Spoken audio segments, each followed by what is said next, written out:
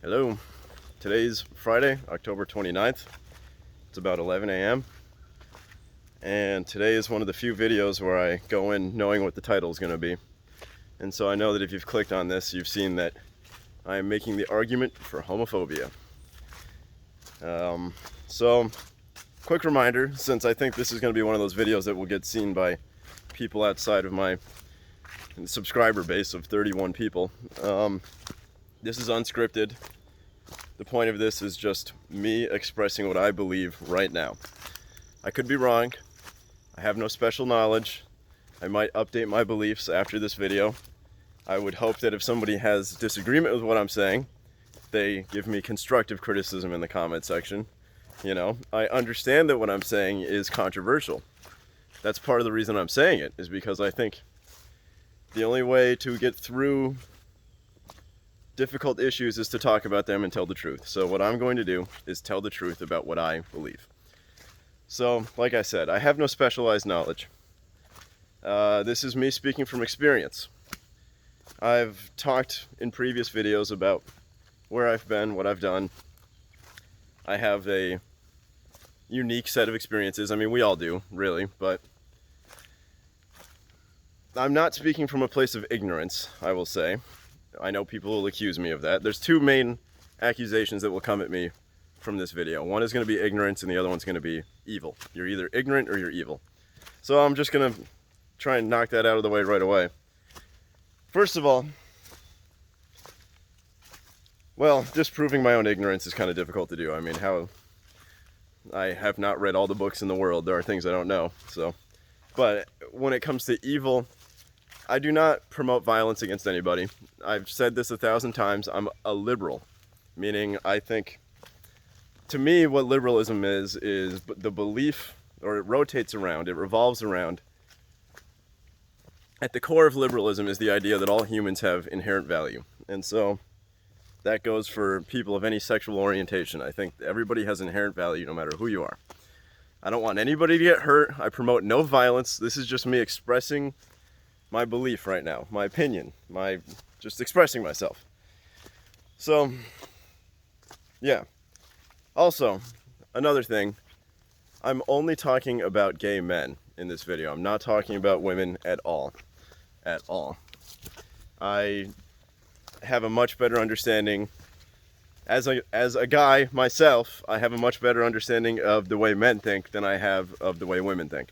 So, this is not talking about lesbians in the slightest. This is only talking about gay men. I want to be clear about that. Okay. So,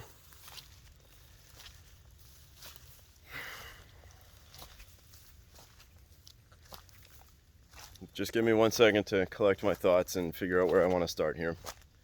There's probably 3 or 4 main points I want to make. You know, I'm doing this all in one take. This is all unscripted, so I gotta be a little bit careful how I speak. I might need to take some pauses at some point. So, first of all, humans are animals. If you disagree with that, then I would say turn back now, because I think just about everything I'm about to say is going to be based on the idea that human beings are indeed animals. We share common ancestry with animals in the animal kingdom. And so why does that matter? Well, since we are animals, since we share common ancestry with animals, our bodies are built the same way an animal's bodies are built, which means our experiences will be similar to an animal's experiences. You know, there's this concept that human beings are blank slates. That's not true. Human beings are not blank slates. We might be the blankest slates in the animal kingdom, as a couple biologists would say, but we are not blank slates. We have built-in qualities, we experience things that are a result of our built-in nature. You know, humans have a nature, really. Human nature exists. And so, the reason I bring this up is that men and women, or you could say males and females of a species, will have slightly different bodies. We have different experiences. Slightly. And a lot of what I'm going to be talking about in this video is the difference in sexual experience between a man and a woman. So, when a man experiences a sexual drive, a sexual urge, it's going to feel different than when a woman experiences a sexual urge. I mean, of course there's overlap. Of course, it might be mostly the same. But there are differences. This is why it's important. This is why, so just to kind of backtrack, just to zoom backwards one step here. This is why this whole transgender movement is so sticky. It's because this idea that men can become women, women can become men, this kind of denial that there's even a difference in our brains or our bodies, it's just not true. It's just not true. It's not true. Men just have different experiences than women. And so, okay, if you disagree with that, then again, turn back now, call me transphobic. And just write that in the comment section and turn off this video right now, please, because you're not going to understand anything else I'm about to say. Humans are animals and men are not women. Those are really, those are my two assumptions right now that I'm going into with. So, all right. Since men and women have different sexual experiences, different sexual drives, sexual urges, you can imagine taking a male and a female and combining them sexually will result in a kind of chemical reaction, a kind of, there'll be a kind of, I don't know what to call it, chemistry. That's what we call it, chemistry, like the love that you feel between a man and a woman or whatever. It's chemistry. And so if you take a man and a man, or a woman and a woman, and you combine them together, there will be different chemistry. And again, there will be a lot of overlap, a lot of the feelings that a man and a man will feel will be exactly the same as the feelings that a man and a woman feels. But it's still different chemistry. There are still differences. And so, just want to talk about this for a little bit. I want to talk about this.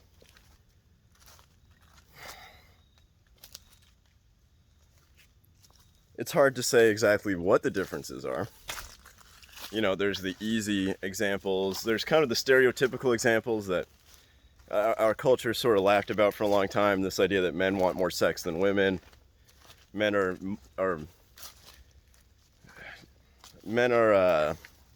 more frequently down for sex than women. That's kind of a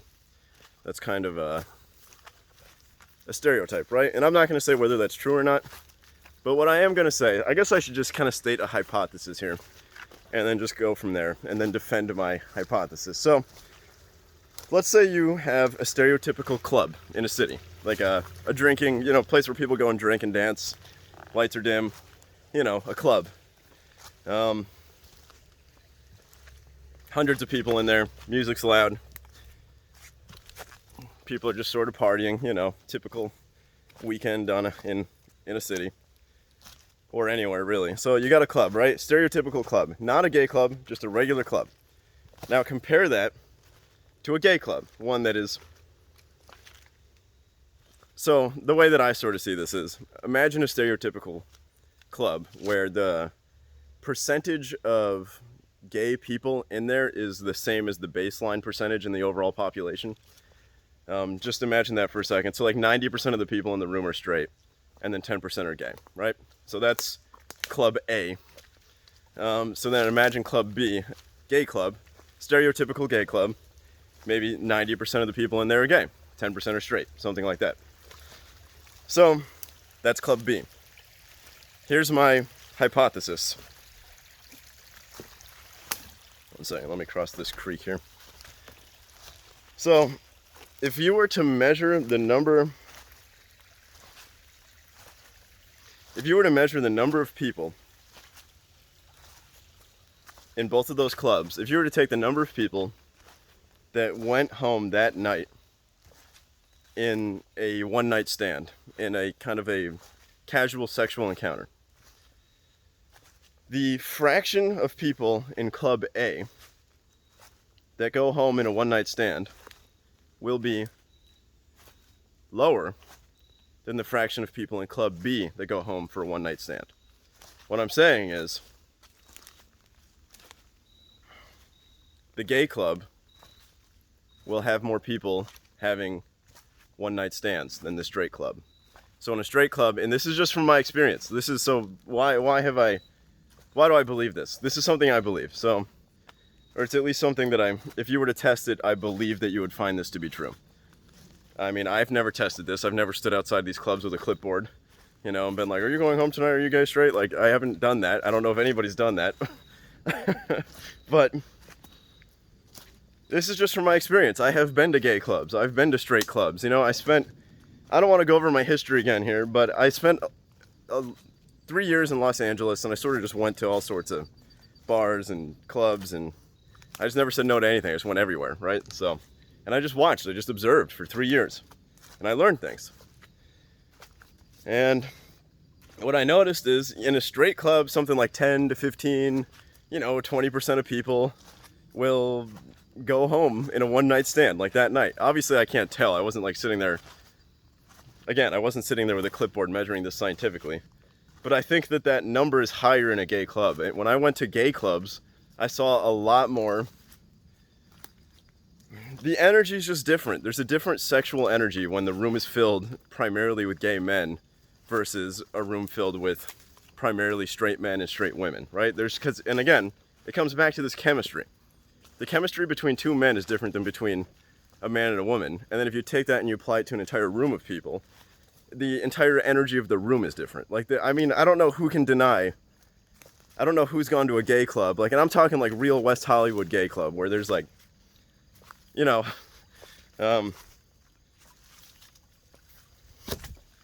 where it's like intense. It's very sexual. Very sexual. There's a different energy just between the two groups. And I think it's a result of the different chemistry. And so why am I talking about this? Why did I title this video? Why am I about to title the video? I haven't titled it yet, but I titled it The Argument for Homophobia. So, is it bad for two men to have sex with each other? What's bad about that? Are these gay clubs bad?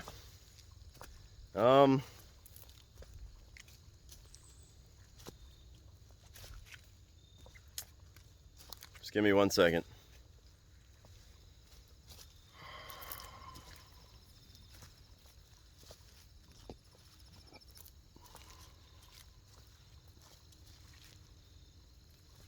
Is it bad that there would be more casual sex happening in a gay community versus a stereotypical straight community? What's bad about casual sex? Assuming that my hypothesis is correct, maybe I'm totally wrong. I could be wrong about this stuff. Like I've been saying, this is just what I believe right now, as of Friday, October 29th, 2021. I'm willing to change my beliefs. I'm willing to accept new data. But I don't know who's done. If somebody could point me to a study where they measured the number of casual encounters in a typical gay club versus straight club, that would be great. I don't know who's done that study. But okay, so let's keep going with this. Let me just keep talking and we'll just see what happens. I hope I can stay on a coherent track here. So I had a buddy in Los Angeles who had to go to the hospital twice in succession because he was having too much anal sex. Think about that. Him and another guy, his boyfriend at the time, I believe, were having so much sex that it got to the point where it was painful, and they continued, and then a hospital trip was required. The hospital trip happened, anyway, the hospital trip happened, they came home, and they continued to have sex to the point where another hospital trip was required. So, am I saying that straight people have never hurt themselves having sex? No. Am I saying that all gay people always hurt themselves? No, I'm not saying that. I'm saying that the chemistry is different. When you take two men and you combine them together sexually, it is just,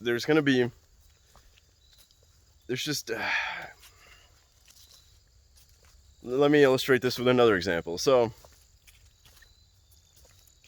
I spend a lot of time inside gay bars, gay clubs. This is in West Hollywood, right? This is in Los Angeles in general. So, when I'm inside of a straight, it's not even a straight, when I'm just inside a bar where it's not like known to be a gay bar, I don't know what you call that. You know, some bars are just gay bars. Everybody knows somehow. They don't even have a label. It's just everybody just knows. But nobody ever approaches me no woman ever approaches me in a straight bar. You know, that's happened to me one time, maybe. Even then, like, it just doesn't happen, right? Like, I have to do the approaching to women, you know? When I go to a gay bar, I just stand in that room for like 10 minutes and men approach me, right? That just happens. All I have to do is exist in that room. And you're just at least in my experience, I don't know, this is what I look like. I don't know if I'm especially attractive to gay men or something, but I'm constantly having to reject their advances, right? And again, this is just like this different energy. If it's like, it's harder it's 10 times easier for me to have gay sex than it is to have straight sex. That's what I'll say. It's just way easier. It's far more available. And if that's true for me, that's true for all men. I would think all gay men just have access to sex more easily because they're surrounded by gay men who want more sex in general. Again, different chemistry, right? And so, when you take this just as an individual level, if you just have two gay guys and they want to have a relationship and they are safe about the way they have sex and all that stuff, I can't really find an issue with that, right? I can't. But when you take this on like a societal level, when you start to expand this chemistry outwards into groups and then into cities and like whole societies, I think something happens. And it is happening. It's currently happening. So,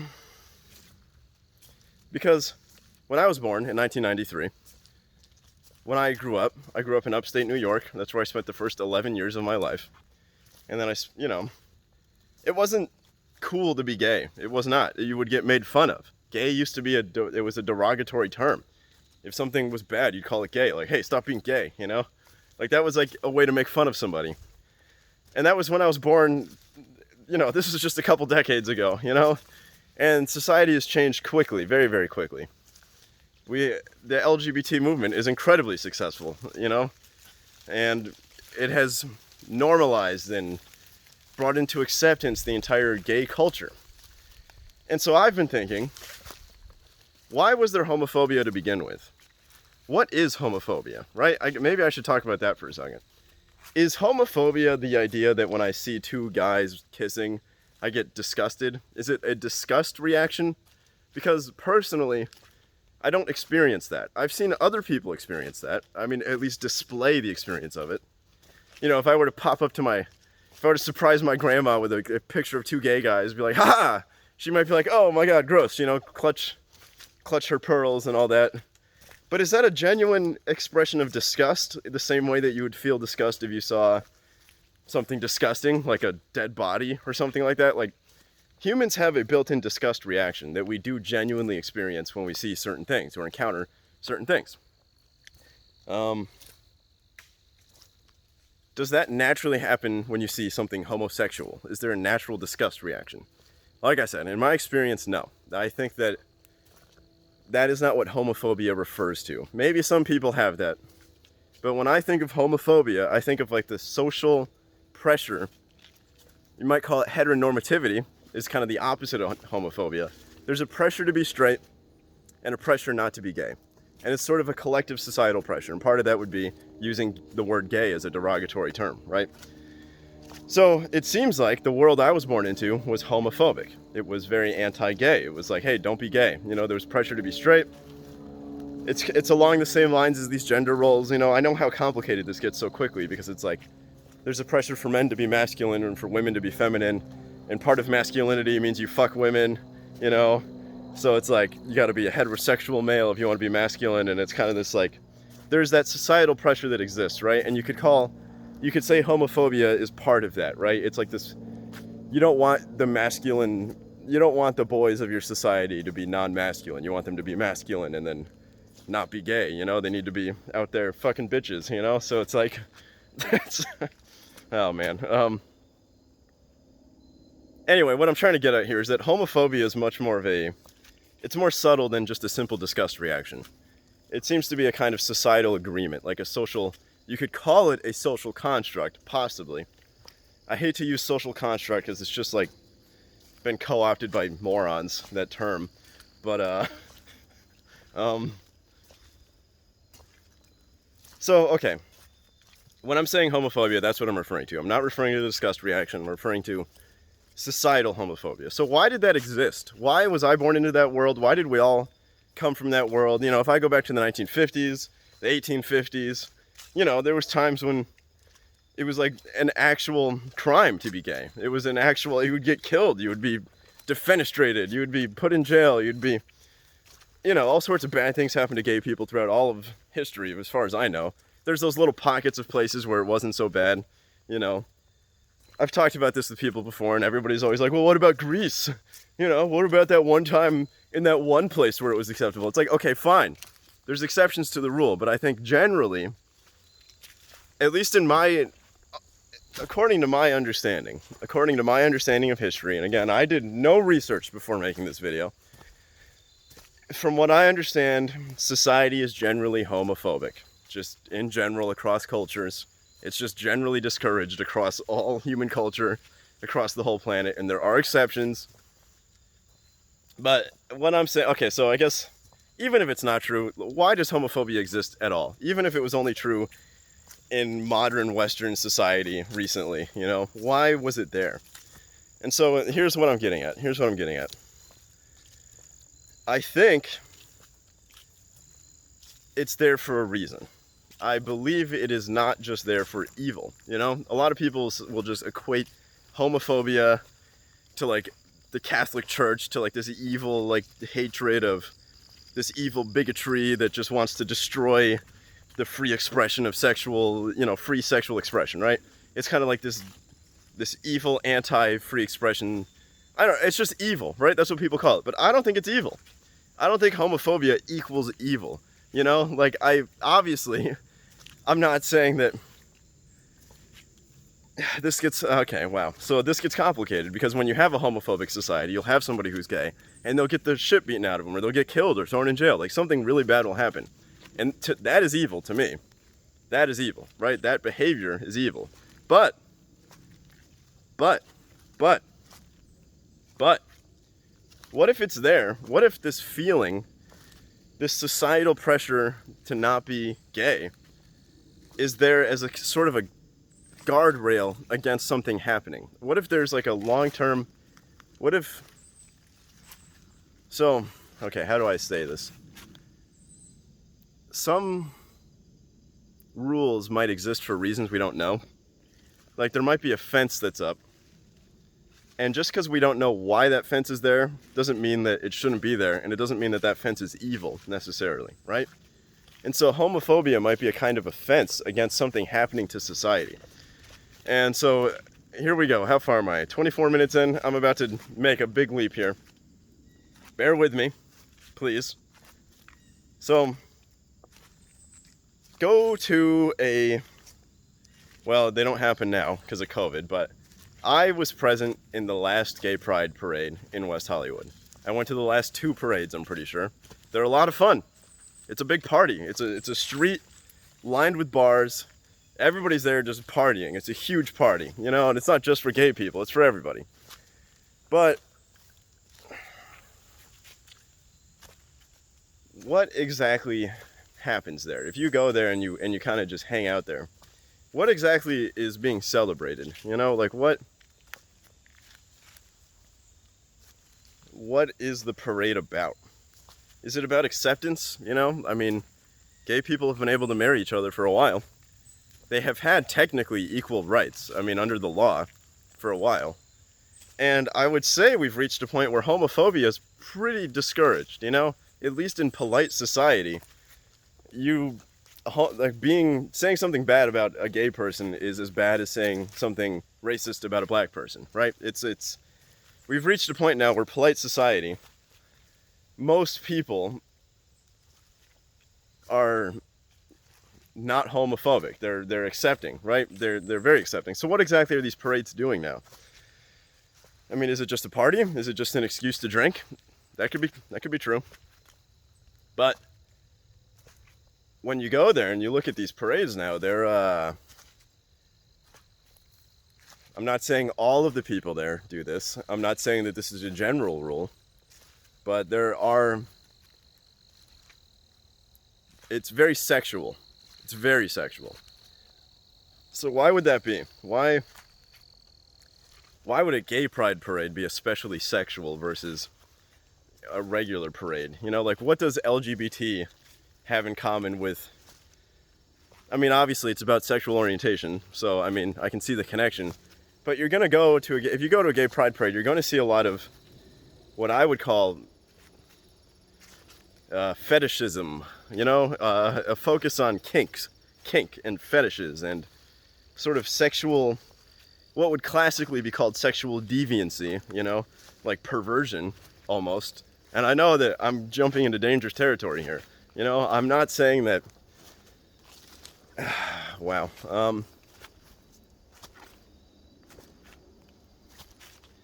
It seems to me that by opening the doors to, well, I have to be very careful how I say this.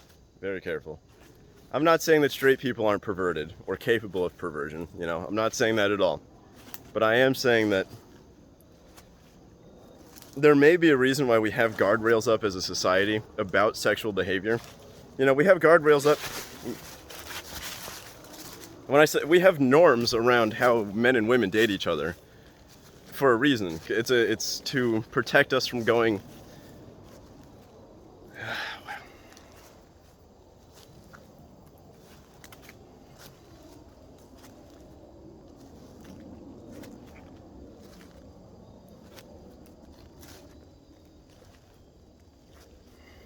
The homophobia might exist for a reason, and that reason might be to protect us against certain kinds of behavior as a society.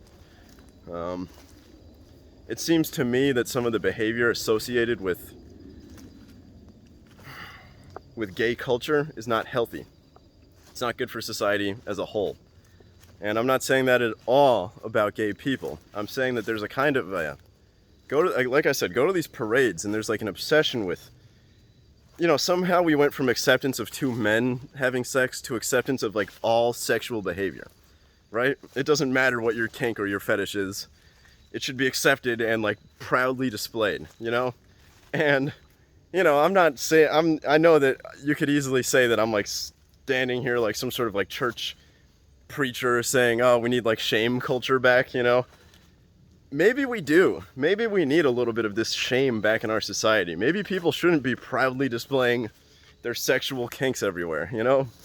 Like, maybe these pride parades have gone a little bit too far. And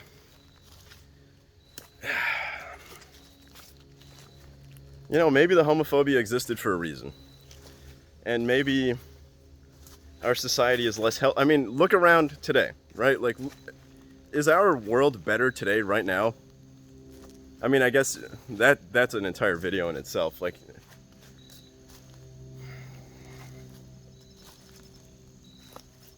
I'm afraid I have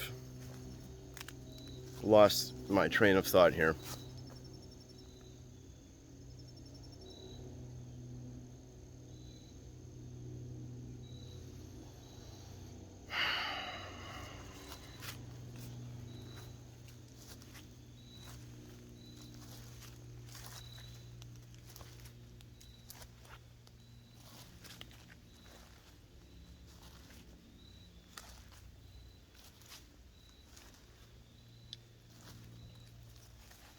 I think we need to put a lid on it or something like that, you know? We need to have some kind of limit on we need to have rules for sexual behavior, first of all. It's not just everything goes, you know?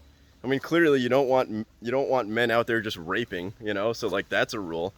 But we need, like, norms exist, right? These sexual norms that we have exist because they protect us, you know? They give us rules to kind of follow. They give us a common game to play that we can play, and as long as you're playing the game within the rules, then you can sort of have everybody wins in a way. And I get the feeling that we're headed to a place where there's like no more rules, where it's just, it's so hard for me to make this argument. You know, I've never heard anybody make this argument other than really conservative preachers, and I don't agree with them on a lot of things. I just think that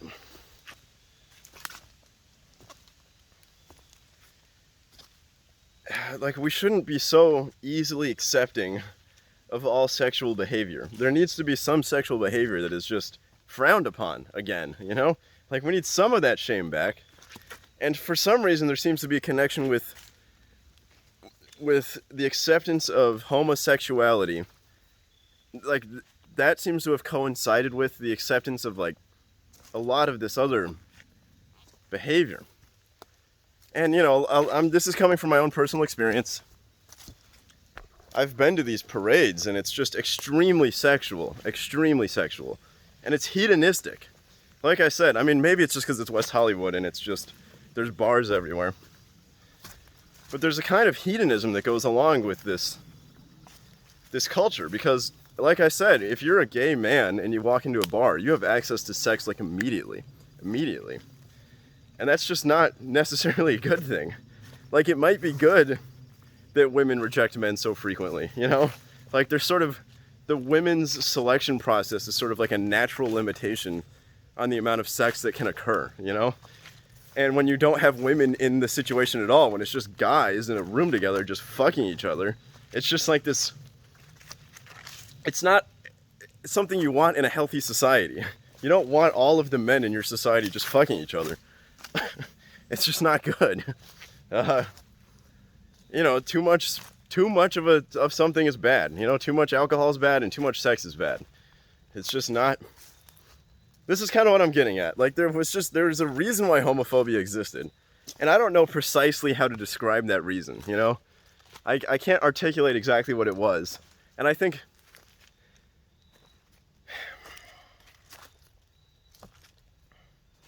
maybe this wasn't the best argument for it. It's me just sort of talking around it. But I don't see anybody else talking about it. It's so frowned upon. Like I know that just the title of this video is just already scandalous, you know? Already scandalous. I'm just trying to talk about what I believe. And I believe that gay is not necessarily capital G good, the way that we sort of think that it is, or we seem to be talking about it like it's just is.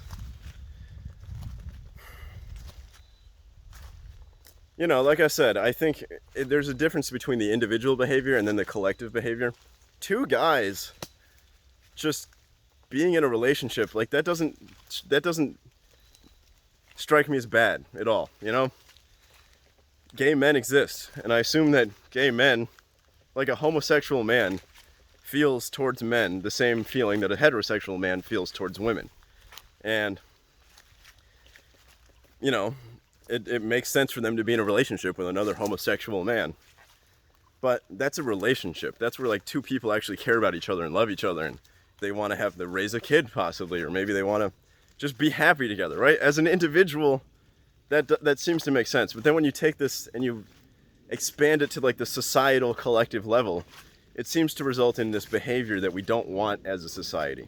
We don't want that. We want, you know, we want responsible men who are building things and helping society, and, you know, we want men who can raise children. We want men who can lead and build, you know, like that's what we want. We want the positive aspects of masculinity to come out in men. That's what we should be encouraging, you know? And instead, what we seem to be encouraging is, hey, fuck all of the people you want to fuck, regardless of the consequences. Engage in this sexual hedonism, you know? That seems to be the current argument. It's like, it's hard for me to distinguish, you know?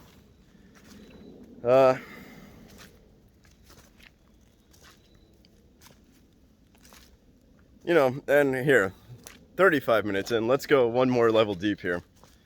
What if the acceptance of this stuff is like the first stage to the collapse of society? I'm not saying that that's true, but like, what if there's a correlation? Because I don't think everybody right now is very confident about the state of the United States, at least, or the state of Western society in general, or the state of the world in general. I think that there is reason to be a little bit concerned about the state of all things right now. We seem to be on our way to a conflict in the United States. That's what it feels like to me. I wish that we weren't. I would hope that we're not. But what if there's a connection here? What if homophobia exists on a societal, historical scale as a way of keeping society on track? Like, maybe you have to sacrifice the happiness of some gay men that are born. Like, people are born gay, from what I understand. You know, or they, you know, that's a whole nother video. Why do gay people even exist? Like, that's not something I want to go down right now, but they do exist, and they seem to have always existed, right? Across all of history. And what if you need to sacrifice their happiness in order to keep the collective society on track, you know? What if you need to, like, have some homophobia, and you need to, like, it will result, this is what gets me in trouble, right? Because, like, how do you have the homophobia without having the, like, what we need is the pressure to stay responsible, to stay on track, without having people get beaten up and thrown in jail, you know? Like, I don't want anybody to get the shit beaten out of them just because they have a certain sexual desire. But maybe those people, maybe the society that allows gay people to get the shit kicked out of them is the society that stays stable longer. You know, maybe that's true. And I know, this video is going to get me in trouble. This video is going to get me in big trouble. I'm just saying what I believe, okay? I'm willing to change my mind.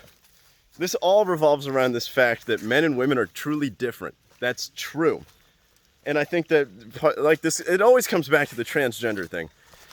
This whole concept that a trans woman is a woman denies that there is an actual difference between male behavior and female behavior. Males and females of a species have different experiences, different drives. You know, we're playing different games sexually, if you think about it. Men are selecting women for certain characteristics, and women are selecting men for certain characteristics. And the characteristics that men find attractive in women are different than the characteristics that women find attractive in men. And so, those, you know, those, I'm not going to say they fit in together, but like those, when you take two men, it's just different. It's just different. Two men having sex is just different than a man and a woman, or even a woman and a woman. I don't think what lesbians experience is anything close to what gay men experience. Again, I've said this before, lesbians are a mystery. I have no idea how lesbians work. But gay men, I think I understand a little better. And I think what they're experiencing is, it's like a drug, you know? I mean, it's like, imagine if you could have limitless sex. Imagine if you could walk into a room and have sex anytime you want. I wish I had that power, you know? I wish I could walk into any bar in Los Angeles and then just pull a woman out and go home with her that night. I can't do that. I don't have that ability. I've tried, you know? But like, when I go out on a Friday night, I don't know what the odds of me are coming home with a girl, you know? But if I was gay, those odds would be much higher if coming home with a person that night, right? And I don't know if that's necessarily a good thing. That's kind of what I'm getting at here. That's kind of what I'm getting at. And I think on that note, probably going to end this video. Let me just take a second to make sure I don't have anything else to say.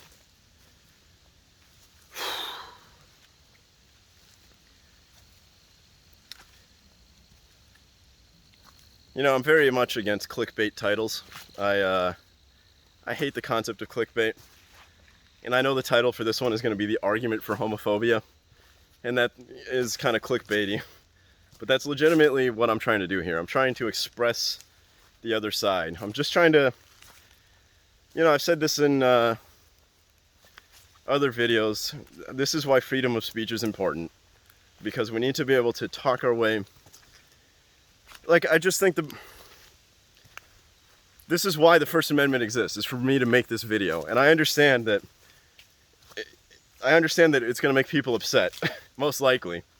Just the title will make people upset, you know? And it's my right. Like, I have the right to offend you. I do. I have the right to disagree with you. That's my right as a citizen of this country. And I know YouTube doesn't have to keep the video up. I know that it's possible I'll get reported a whole bunch of times and then they'll just take it down my channel, but that's just a risk I have to take, I guess. Wow. A risk I have to take. I'm just gonna pretend like my voice didn't just crack.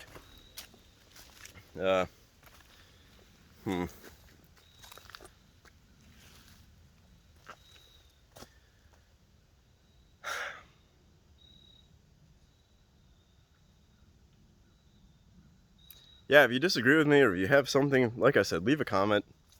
I read all the comments. I mean, my channel has 31 subscribers. I get like one comment a video, maybe. I am curious what people have to say about this. And you know, the part of the reason I'm making this video is just because I don't hear anybody else expressing this other than some random conservative preacher guy, you know. But even those people are like gone now, you know. Like, there's nobody out there saying gay is bad, you know. And I want to hear that argument. I want to hear somebody who's intelligent, who has the facts, has the data, who says gay is bad, versus somebody who has all the facts and all that says gay is good. I want to hear that conversation played out, like that dialogue. I just want to hear it. I just want to see it, hear it. I have never really seen it in any real, you know, I haven't really seen that. And part of the reason is because we just cancel everybody who makes the argument on the other side. You just, calling somebody homophobic is as bad as calling them racist or whatever, and they just get kicked off whatever channel. So, you know, like I said, like I guess I forgot to pay the tax in the beginning, but like I have gay friends. I have no particular dislike towards gay people. Like, I really don't. I'm not bigoted. You know, to me, this is really more of an argument about the societal, like, why did it exist in the first place? And so, okay, I gotta end this video now. I'll see you later. Bye.